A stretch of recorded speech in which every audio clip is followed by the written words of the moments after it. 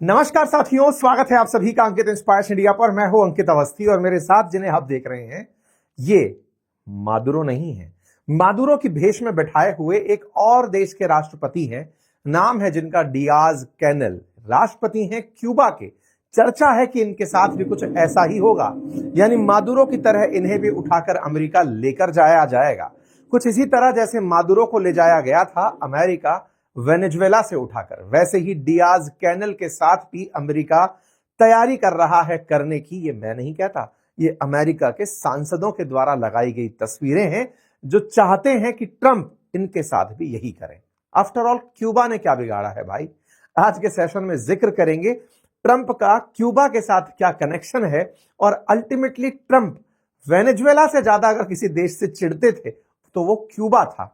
लेकिन पहले पत्ता वेनेजुएला का कट गया क्योंकि वहां तेल था।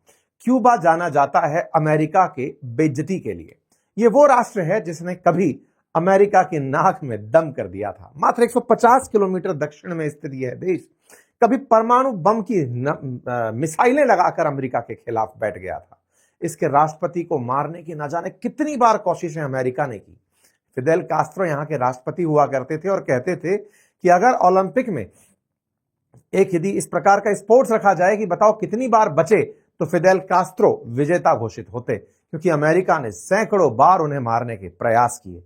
इतना ही नहीं, अमेरिका ने हर संभव सैंक्शंस, टैरिफ्स, जो भी स्कीम लगा सकते थे वो क्यूबा पर लगाई, लेकिन वो बच निकले। फिर भी आज फिदेल कास्त्रो नहीं है, वेनेजुएला के मादुरो नहीं है, अब संकट क्यूबा के ऊपर है। और अमेरिका जिसके साथ दुश्मनी चली आ रही हो, कोई 60-70 साल से, उसे पूरा करने के लिए कुछ तो करेगा। वो यहां पर इनके संदेश से साफ दिखाई देता है। ट्रंप ने वेनेजुएला से बोलकर क्यूबा को आने वाला तेल रुकवा दिया है। चारों तरफ से क्यूबा की घेराबंदी हो चुकी है और इस घेराबंदी के बाद क्यूबा के हाल बिल्कुल वेनेजुएला से भी बदतर होंगे, क्योंकि वेनेजुएला के पास प्राकृतिक संसाधनों का भरमार था। वेनेजुएला के बाद क्यूबा के पास तेल नहीं है, देश चलाने के लिए संसाधनों का संकट होगा। स्थिति बड़ी विकट होगी, विस्तार से समझेंगे। लेकिन आज की इस कहानी को समझने से पहले आपको इतिहास बता दें कि क्यूबा के लिए ये कोई नई बात नहीं है। अमेरिका की नाक में दम करने वाला क्यूबा हवाना सिंड्रोम का जनक माना जाता है। आज के सेशन में आपको जानकारी देंगे कि कैसे लोगों की तस्वीर पर, लोगों के टी शर्ट पर एक तस्वीर क्यूबा से निकल कर आई थी, जिसे लोग आज भी विद्रोह के प्रतीक के रूप में पहनते हैं। आज बहुत सी बातें, बहुत सी कहानियां इस सेशन से आपको पता लगानी है, लेकिन उससे पहले मैं कुछ आपको जरूरी बातें बताना चाहूंगा। और वो जरूरी बातें हैं देश की ग्रोथ से रिलेटेड, और वो ग्रोथ बताना इसलिए जरूरी है क्योंकि जियोपॉलिटिकल चर्चाओं में कई बार आपका मन देश भारत के बारे में जानकारी प्राप्त करने के लिए बहुत ज्यादा उग्र रहता है। मैं फिदेल कास्त्रो का भारत कनेक्शन भी बताऊंगा, लेकिन इससे पहले आपको यह बता दूं कि तमाम प्रकार की जियोपॉलिटिकल्स जो सिचुएशन चल रही हैं, उस बीच में भारत की इकोनॉमी अभी भी बराबर बूम पर है। सबसे फास्टेस्ट ग्रोइंग इकोनॉमी बना हुआ है भारत, और ऐसे में टेक्नोलॉजी और एआई को लेकर के तमाम प्रकार के प्रयास हर सेक्टर के अंदर हो रहे हैं। और ऐसे में आज के लिए मैं आपके सामने जो जानकारी लेकर आया हूं वो है स्केलर के बारे में। स्केलर जो कि जाना जाता है सॉफ्टवेयर डेवलपमेंट, डेटा साइंस और मशीन लर्निंग के एक ऑनलाइन टेक प्लेटफॉर्म के रूप में, जहां से आप एजुकेशन ले सकते हैं।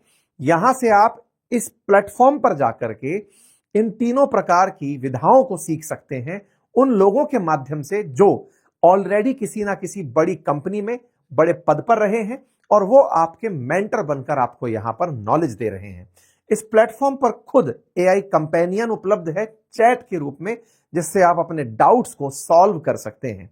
यदि आप अपने नॉलेज को यहां से स्किल अप करना चाहते हैं तो ये प्लेटफॉर्म ऑलरेडी 15,000 से अधिक लोगों के करियर को संवार चुका है। 1200 से ज्यादा इनके प्लेसमेंट पार्टनर्स रहे हैं।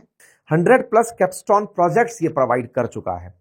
स्केलर 900 से अधिक टॉप टेक कंपनीज में आपको प्लेसमेंट असिस्टेंस प्रोवाइड करता है। स्केलर को अगर आप ज्वाइन करना चाहते हैं तो इनकी एक फ्री मास्टर क्लास का लिंक मैंने कमेंट बॉक्स में दिया है।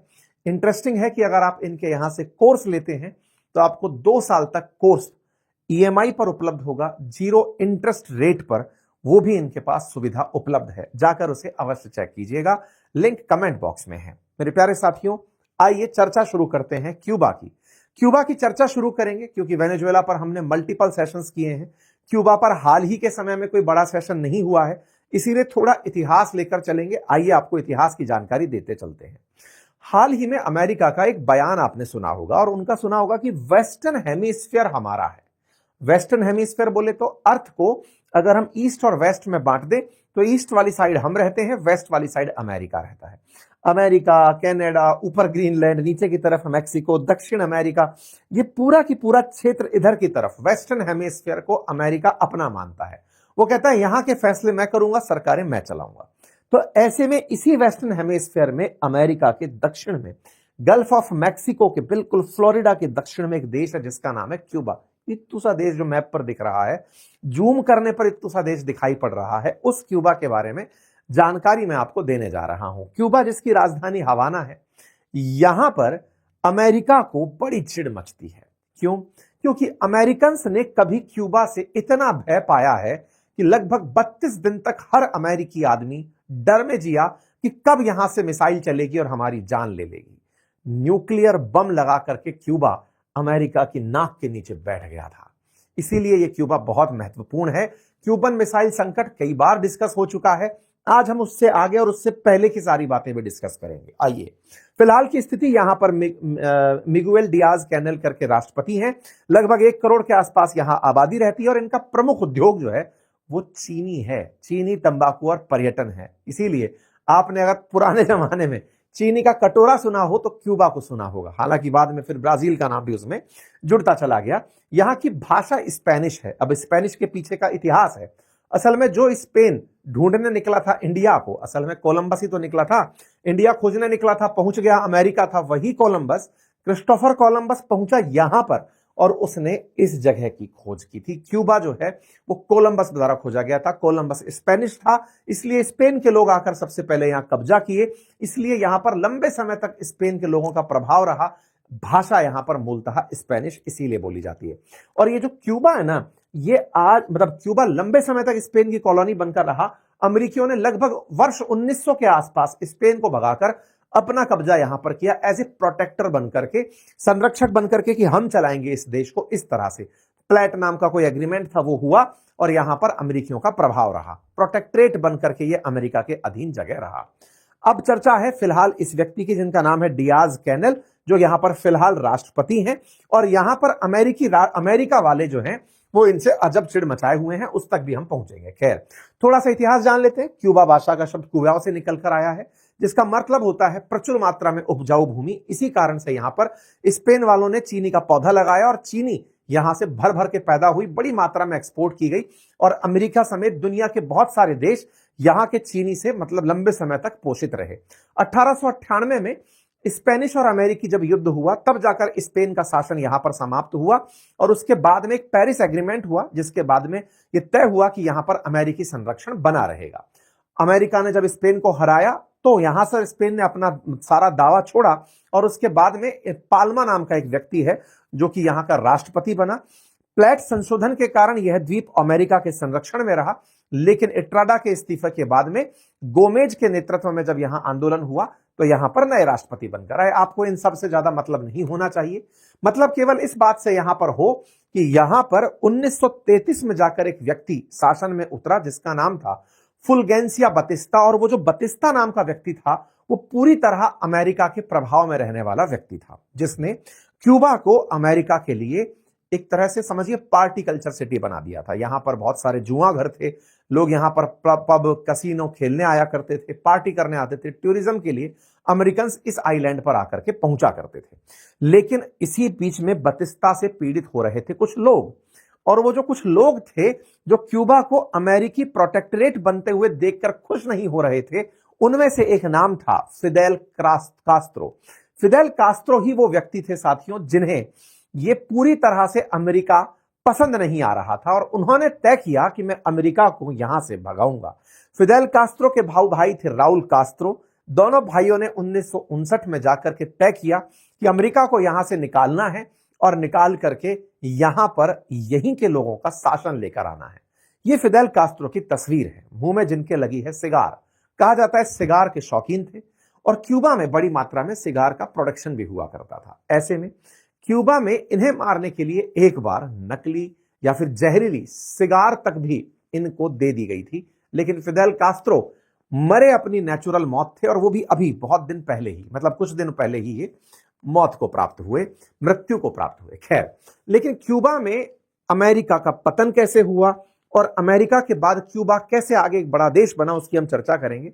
लेकिन जब चर्चा हो तो उससे पहले थोड़ी भूमिका में यह जान लीजिए कि क्यूबा वो देश है साथियों जो अपनी हेल्थ व्यवस्था के लिए, अपने यहां पर एजुकेशन के लिए आज भी बहुत सारे वर्ल्ड वाइड कंट्रीज के लिए मोटिवेशन बना हुआ है। आप ऐसे समझिए कि यहां पर पूरी तरह सार्वजनिक रूप से, यानी कि सरकारी तरीके से ही अस्पताल उपलब्ध है, स्कूल्स उपलब्ध हैं। यहां पर कोई प्राइवेट हॉस्पिटल और स्कूल नहीं है।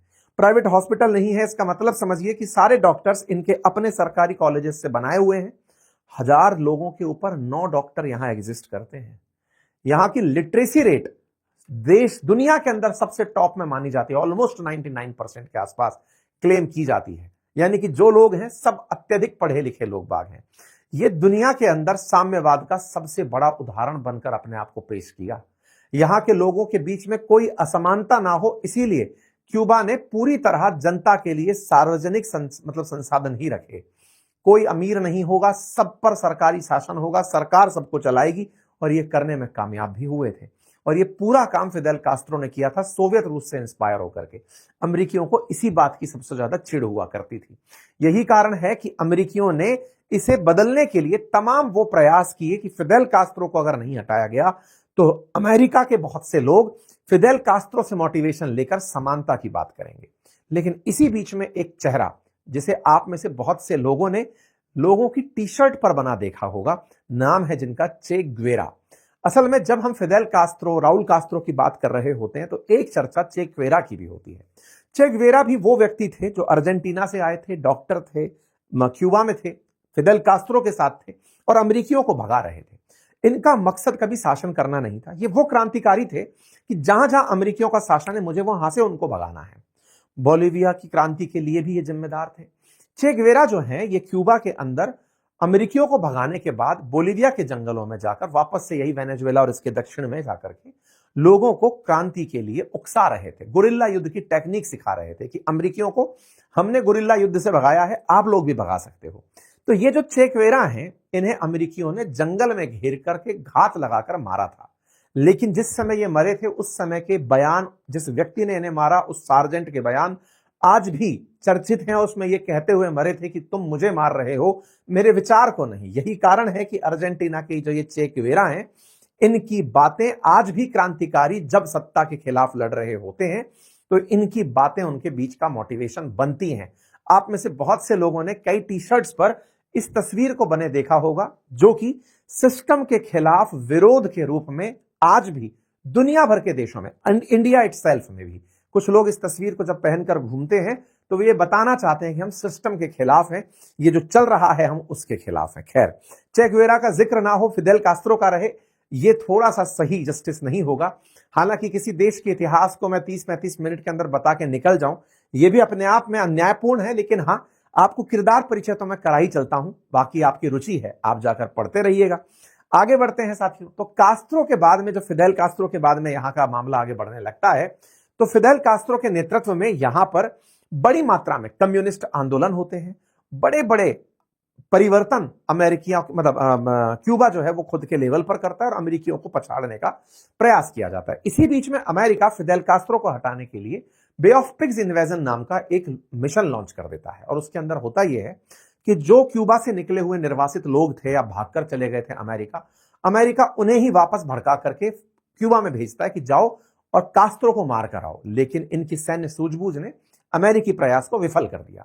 अक्टूबर 1962 में अमेरिकी विमानों ने कुछ ऐसा नजारा देखा जिसके चलते अमेरिकियों को लगा कि जिस फिदेल कास्त्रो को हम मारने जा रहे थे ये तो हमें मार देगा। और वो नजारा था अमेरिका के ऊपर मिसाइलें तैनात करने का। आज भी इतिहास में इसकी सबसे ज्यादा जिक्र होती है कि अमेरिका के लिए जो आज तक CIA का सबसे बड़ा फेलियर कहा जाए, या फिर यह कहा जाए कि अमेरिका जिसकी चिंता, जिस सोच को जिंदा नहीं रख पाया कि कभी उनके साथ भी ऐसा हो सकता है, वो नमूना जो है वो मिसाइल क्राइसिस है, जो कि क्यूबा के बारे में जिक्र किया जाता है। तो कहानी क्या थी? अक्टूबर 1962 की बात थी। दुनिया परमाणु युद्ध के मुहाने पर पहुंच गई थी। कारण था क्यूबा, क्योंकि क्यूबा में फिदेल कास्त्रो को मारने के जो भी अमेरिकी प्रयास हो रहे थे उससे तंग आकर के क्यूबा ने यूएसएसआर सोवियत रूस के साथ दोस्ती कर ली और कहा कि सर देखो, मैं आपका साम्यवाद अपनाता हूं, साम्यवाद है, आपका सोशलिज्म अपनाता हूं, कम्युनिस्ट बनता हूं, तो मुझे अमेरिका जीने नहीं देता, आप मेरे साथ क्या मित्रता कर सकते हैं? तो उन्होंने बताया, बोले क्या चाहिए बता।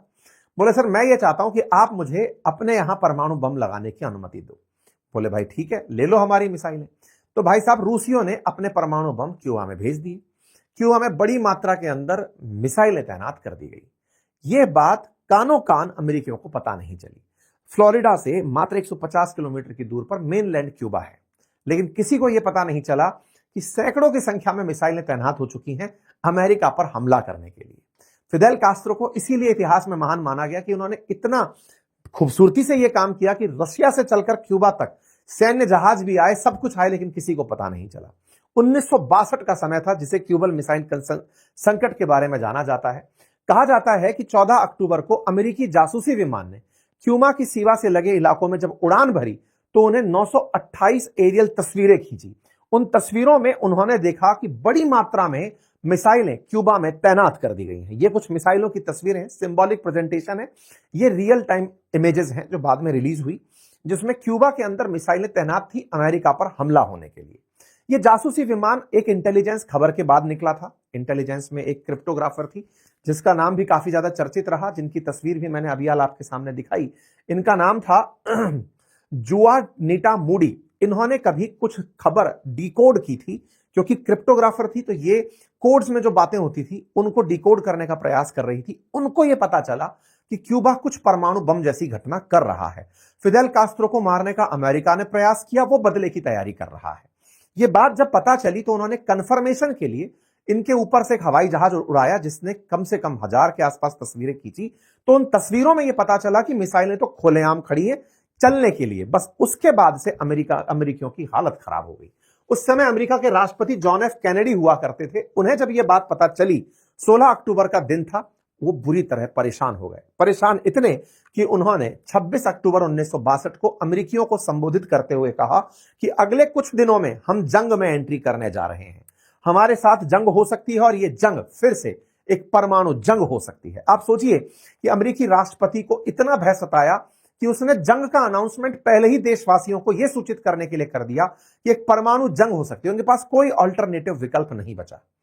ये वो तस्वीर है जिस समय जॉन एफ कैनेडी टीवी पर पूरे देश को संबोधित कर रहे थे और उस समय बता रहे थे कि हमारे साथ क्या हो रहा है। इन्होंने बताया कि रूस ने अमेरिका की नाक के नीचे ही क्यूबा के अंदर पूरी तरह से मिसाइलें जमा दी हैं और अब अमेरिका अपने पड़ोस में रूसी मिसाइलों को सहन नहीं करेगा और इन्होंने तत्काल प्रभाव से क्यूबा को घेरने के लिए नौसेना को भेज दिया। नौसेना के पूरी तरह से टैंकर वगैरह जाकर के सिस्टम विस्टम लेकर के क्यूबा को घेर लिए, लेकिन क्यूबा पहले से ही तैयार था। क्यूबा तैयार था। कुछ विमान फाइटर जेट के रूप में क्यूबा के ऊपर से उड़ने के लिए जैसे ही तैयार हुए, क्यूबा ने उन्हें मार गिराया। जिस तरह से उन्हें मार गिराया, 27 अक्टूबर का समय था, जैसे ही वो मार गिराया अमेरिका पीछे हट गया। अमेरिका समझ गया कि क्यूबा डरने वाला नहीं है और ऐसे में तत्काल प्रभाव से जॉन एफ कैनेडी बोलते हैं कि हम वार्ता के लिए तैयार हैं। हर तरह की स्थिति तैयार थी, लेकिन यूएसएसआर बातचीत के लिए तैयार नहीं था। यूएसएसआर ने, यानी इस समय के सोवियत रूस ने, अमेरिका को मजा चखाने के लिए सारा काम किया था, लेकिन इसके पीछे एक कहानी और थी। उस समय अमेरिकियों ने यूएसएसआर पर कंट्रोल करने के लिए तुर्की में परमाणु बम खड़े कर रखे थे। तो यूएसएसआर चाहता था कि बेटा तुम अगर हम पर परमाणु बम तान कर रखोगे तो हम तुम पर तान कर रखेंगे, हमें जगह मिल चुकी है। अमेरिकियों ने यूएसएसआर से बात करने के तमाम प्रयास किए। धीरे धीरे बातचीत रास्ते में चलने लगी। बातचीत हुई, अचानक देखा गया कि बड़ी मात्रा में जो समुद्र में चलता हुआ समुद्री बेड़ा रूस से चलकर क्यूबा आ रहा था, अमेरिका की बगल में पहुंचता है और वहां जाकर रुक जाता है। इससे अमेरिकियों की धड़कनें बढ़ जाती हैं। लेकिन फिर वही बात था कि नेगोशिएशन के दौर चल रहे थे, वार्ता के दौर चल रहे थे। अचानक फिर से वही क्रिप्टोग्राफर जो हैं, उन्हें एक मैसेज मिलता है कि एक रूसी जहाज लौट रहा है। एक रूसी जहाज लौट रहा है। ये अमेरिकियों के लिए अब तक की सबसे बड़ी 29 दिनों में सूचना थी कि रूस हमसे लड़ने से दूर जा रहा है और रूस यहां से पलटता है, लेकिन अपनी 2 शर्तें देकर जाता है। पहली शर्त होती है कि अमेरिका क्यूबा पर हमला नहीं करेगा और दूसरा, तुर्की से अपने परमाणु बम हटाएगा। अमेरिका दोनों शर्तें मानता है। पूरी तरह से क्यूबा से ब्लॉकेड हटाया जाता है और तय किया जाता है कि क्यूबा पर अब कभी अमेरिकी हमला नहीं होगा। अगर ऐसा हुआ तो क्यूबा से फिर सोवियत रूस लड़ाई लड़ेगा, क्यूबा की तरफ से लड़ाई लड़ेगा। ये वो घटना थी जिसने अमेरिका को सोवियत रूस के सामने शीत युद्ध के समय इस तरह से ह्यूमिलिएट किया था कि अमेरिका का जो अंदर से दम फूलकर निकला था कि हमने हिरोशिमा नागासाकी पर न्यूक्लियर बम गिराए हैं, वो फुस्सी हो गया था। क्योंकि उस समय तक, हिरोशिमा नागासाकी के समय तक, सोवियत रूस के पास न्यूक्लियर बम नहीं था, लेकिन अब वो अपना न्यूक्लियर बम लेकर के अमेरिकियों को मारने आ गया था। ये दिखाने के लिए पर्याप्त था कि अमेरिका भी समझ गया है कि सोवियत रूस सामने है तो वो बराबर मुकाबला करेगा। ये थे फिदेल कास्ट्रो, जिसकी कूटनीति ने अमेरिका के सामने ये हालात पैदा किए। तो कुल मिलाकर जब तक सोवियत रूस ताकत में रहा, फिदेल कास्ट्रो सुरक्षित रहे, बढ़िया से ये अपने देश पर शासन करते रहे और देश की उन्नति के लिए काम करते रहे। भारत के साथ भी इनका बहुत अच्छा संबंध था। कहते हैं कि एक बार यूएन की बैठक में शामिल होने ये न्यूयॉर्क गए थे, अमेरिकियों ने इनका स्वागत नहीं किया, अच्छी होटल में नहीं रोका, तो ये खुद जाकर के उस क्षेत्र में चले गए जहां पर मतलब क्यूबन लोग रहते थे या फिर गरीब लोग रहा करते थे, वहां जाकर किसी होटल में चले गए। उस समय पर नेहरू जी भी अमेरिका गए हुए थे, तो नेहरू जी खुद मिलने इनसे गए थे, जिसे फिदेल कास्ट्रो आज भी याद रखते हैं। उनकी जो ये मुलाकात थी, जिसके बारे में फिदेल कास्ट्रो कहते हैं कि जिस समय लोग मुझे इग्नोर कर रहे थे, उस समय पर ये आप मुझसे मिलने आए थे, ये मुझे फिर से दर्शाता है कि इंडिया ने छोटे बड़े का भाव नहीं देखा, इतने बड़े देश के प्रधानमंत्री मुझसे मिलने आए थे। एक अलग बॉन्डिंग थी भारत की फिदेल कास्ट्रो के साथ में। इंदिरा गांधी जी के साथ भी इनकी बहुत अच्छी बॉन्डिंग थी और अटल बिहारी जी के साथ भी इनकी बहुत अच्छी बॉन्डिंग थी। कहते हैं कि एक बार क्यूबा के अंदर बहुत ही मुश्किल वक्त आया था 1990 में, जब सोवियत रूस का विघटन हुआ, सोवियत संघ टूटा 15 देशों में, तो क्यूबा के भी हालात खराब हुए। फिर जब हमारे प्रोटेक्टर ही नहीं बचे तो क्यूबा को कौन बचाएगा।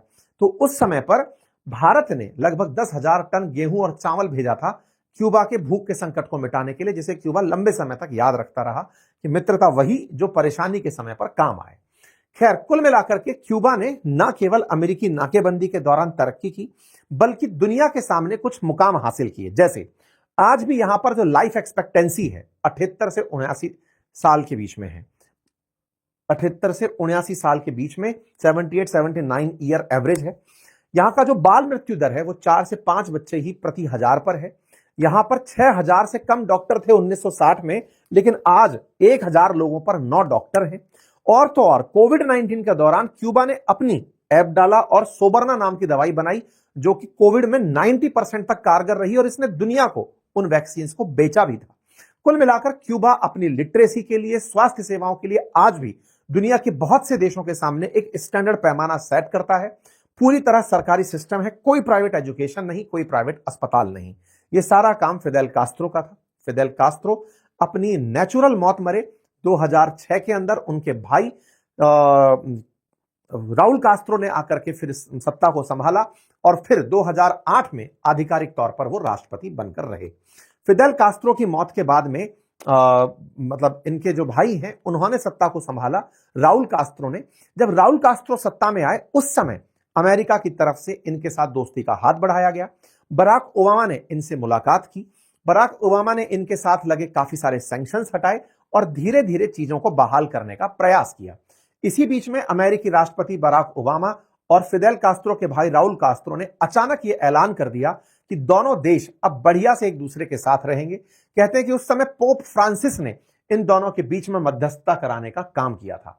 अमेरिका की तरफ से यह बड़ी बात थी, क्योंकि अल्टीमेटली बराक ओबामा कुल मिलाकर क्यूबा के साथ मित्रता करने के लिए तैयार हो गए थे। अमेरिका की तरफ से इतने दिन से हाशिए पर रहा एक देश फिर से वापस रास्ते पर चला आया था। बराक ओबामा वो राष्ट्रपति थे जो खुद क्यूबा की यात्रा करके आए थे, क्योंकि उनका मानना यह था कि हमने इतने दिन तक इसको अलग रखा, हम उससे कुछ नहीं पाए, कम से कम अब मिलकर साथ रहेंगे, हो सकता है कि हम इनके साथ कुछ बेहतर कर पाए। 2016 में खुद क्यूबा जब बराक ओबामा गए तो यह अपने आप में किसी अमेरिकी राष्ट्रपति की 1928 के बाद पहली यात्रा कंसीडर की गई। ओबामा चले गए, उसके बाद ट्रंप आए, फिर बाइडेन आए। ट्रंप बिल्कुल पहले की तरह ही खिलाफत लिए हुए, बिल्कुल नफरत भरे हुए आए। 2019 में जब इनका शासन शुरू हुआ, मतलब 2019 के दौर में इन्होंने क्यूबा के साथ पूरी तरह से वैसा ही बर्ताव किया जो पहले वाले अमेरिकी राष्ट्रपति करते आ रहे थे। बराक ओबामा ने जो इनके साथ में अच्छा व्यवहार किया था उसे इन्होंने पूरी तरह पलट दिया। इसे आतंकवादी देश घोषित कर दिया, आतंकवाद प्रायोजित करने वाला देश घोषित कर दिया। इतना तक क्यूबा पर प्रेशर क्रिएट कर दिया कि जो हमारी एम्बेसी खुली है तुम्हारे देश में, उसमें कुछ लोगों को अलग तरह से चक्कर वक्कर आए हैं, जिसे हवाना सिंड्रोम नाम दिया गया। कहा गया कि क्यूबा वाले अमेरिकी जो डिप्लोमेट्स हैं इनके ऊपर कुछ प्रयोग कर रहे हैं। ऐसा कहकर के इन्होंने वहां पर अपनी एम्बेसी को भी बंद करवाने का आदेश दे दिया। खैर, ये कालखंड चलता रहा। ट्रंप के बाद में बाइडेन आए, फिर अब ट्रंप वापस हैं। तो ये कुल मिलाकर के अमेरिका में एक समय बराक ओबामा का ऐसा रहा जिस समय पर थोड़ी बहुत मध्यस्थता से काम सही सुलझे थे, लेकिन अब फिर से जब से ट्रंप आए हैं, वो क्यूबा के साथ में पुराने वाले दौर को जीना चाहते हैं। वो चाहते हैं कि जो उन्होंने मादुरो के साथ किया वो इनके साथ करें। यही कारण है कि ये इनको खुलेआम धमका रहे हैं। इसके पीछे की कहानी सुन लीजिए। हुआ ये कि जब ये मादुरो को ट्रंप अमेरिका उठाकर भाग के जा रहा था, उस समय पर ये जो कैनल करके जो क्यूबन राष्ट्रपति हैं फिलहाल, ये बाहर आते हैं और कहते हैं कि हम वेनेजुएला के लिए खून देने को तैयार हैं। अब ये क्या कहानी थी वो सुनिए। हो क्या रहा था कि वेनेजुएला में मादुरो की रक्षा करने के लिए जो फोर्स तैनात थी ना, वो क्यूबा के सैनिक थे और लगभग 32 सैनिक क्यूबा के मारे गए मादुरो को बचाते बचाते। अमेरिकी जब वहां पर मादुरो को उठाने पहुंचे तो जिन सैनिकों को गोली लगी वो क्यूबन सैनिक थे। क्यूबा वालों ने पूरी तरह से मादुरो की सुरक्षा अपने हाथ में ली हुई थी और वेनेजुएला इसके बदले में लगभग 35,000 बैरल प्रतिदिन तेल क्यूबा को भेजा करता था। ये बड़े अच्छे मित्र थे। क्यूबा के लिए तेल भेजने का काम वेनेजुएला करता था और वेनेजुएला में मादुरो की सत्ता को बचाए रखने का काम क्यूबा करता था। ये दोनों के बीच की जो मित्रता थी ना, अमेरिका इसे तोड़ना चाहता था। यही कारण है कि इनका तेल एक्सपोर्ट पूरी तरह बाधित किया और जो फोर्सेस मादुरो की रक्षा में आई हुई थी उन्हें मार भगाया। ये बात पता भी चली बाद में जब सुर्खी बनकर आई कि भाई इतने ज्यादा लोग मारे गए हैं, और इस काम को करने के लिए अमेरिका ने फुल प्रेशर गेम अपनाया था और अमेरिका ने जैसे ही मादुरो को पकड़ा, क्यूबा के लिए ऑयल और पैसा बिल्कुल रुकवा दिया कि तुम्हारे पास अब कोई ऑयल और पैसा नहीं पहुंचेगा। There will be no more oil and money going to Cuba. ये हेडलाइन बनकर आती है। कुल मिलाकर के ट्रंप जब अपनी तरफ से बोलते हैं कि वेनेजुएला में हमने ये काम कर दिया है, उनके दिमाग में क्यूबा चल रहा होता है कि अब क्यूबा की बारी है। यही कारण है कि पूरी तरह से नजरें क्यूबा पर हैं कि अमेरिका वेनेजुएला के तो राष्ट्रपति को उठाकर लाई है, लेकिन क्यूबा के ऊपर तो फुल कंट्रोल ही कर लेगा, क्योंकि उसने अमेरिका को बहुत थकाया है। और ट्रंप जैसे आदमी ही ये काम कर सकते हैं क्योंकि उन्होंने सप्लाई चेन काट दी है। और ऐसे में चूंकि रशिया और चाइना कुछ बोलने की स्थिति में खड़े नहीं है, तो ज्यादा बड़ी संभावनाएं हैं। लेकिन रशिया फिर बोला, उसने कहा कि सुनिए, हम पूरी तरह से आपकी ब्लैकमेलिंग की भाषा को समझ रहे हैं और हम क्यूबा में इस तरह का आपका इंटरफेरेंस एक्सेप्ट नहीं करेंगे। हालांकि रशिया के इस बयान का मुझे वर्तमान में तो प्रासंगिकता नजर नहीं आती, क्योंकि वेनेजुएला के लिए भी उन्होंने यही बोला था। बेचारा मादुरो इस चक्कर में उठ गया। क्यूबा के लिए बोल तो रहे हैं, लेकिन क्यूबा पे किसी दिन इस तरह से अमेरिका आके कब्जा कर लेगा तो फिर रशिया क्या ही करेगा। वो अपनी लड़ाई में उलझा हुआ है। ट्रंप ने उन्हें उलझा रखा है यूक्रेन में कि तुम उधर ही फोकस करो, मैं दुनिया में और जगह तहलका मचाता घूम रहा हूं। खैर, फिलहाल के लिए क्यूबा ने अपनी वॉर रेडीनेस की तैयारी को चेक किया है कि वो कितने तैयार हैं। बढ़िया से वो अपनी प्रैक्टिस में लगे हुए हैं कि अगर युद्ध होता है तो हम कैसे युद्ध लड़ेंगे। तैयारियां जारी हैं। ट्रंप अपनी तैयारियों में है। बाकी अपने देश की तैयारियों में मैंने आपको बता दिया कि यदि आप में से कोई साथी चाहता है कि देश की ग्रोथ में भागीदार बने एआई के माध्यम से, तो मैंने फ्री मास्टर क्लास का लिंक कमेंट बॉक्स में दिया है। स्किलर का लिंक है, आप जाकर उस फ्री मास्टर क्लास को ज्वाइन करिए और जो तमाम फीचर्स मैंने आपको बताए हैं उनका लाभ लीजिए। बहुत बहुत धन्यवाद।